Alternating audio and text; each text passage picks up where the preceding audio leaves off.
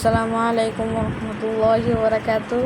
আবার আমি আপনাদের মাঝে চলে আসলাম। আজকে আমি অন্য কাজে ব্যস্ত দেখে দুপুরের রান্নাটা আমি দেখাচ্ছি। তো আজকে দুপুরের রান্না এইগুলা, এই যে ডিমের কুরমা, পোলাও। হ্যাঁ, মোটামুটি রান্না। হ্যাঁ, এই যে এটা কি জানি আমি বলতে পারতেছি না। আচ্ছা, এটাকে দেখো। এটা ডিমের কুরমা। এই যে ডিমের কুরমা।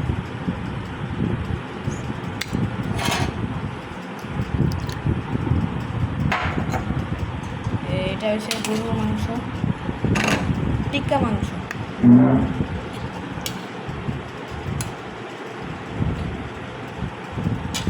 আর এটা হচ্ছে পোলাও।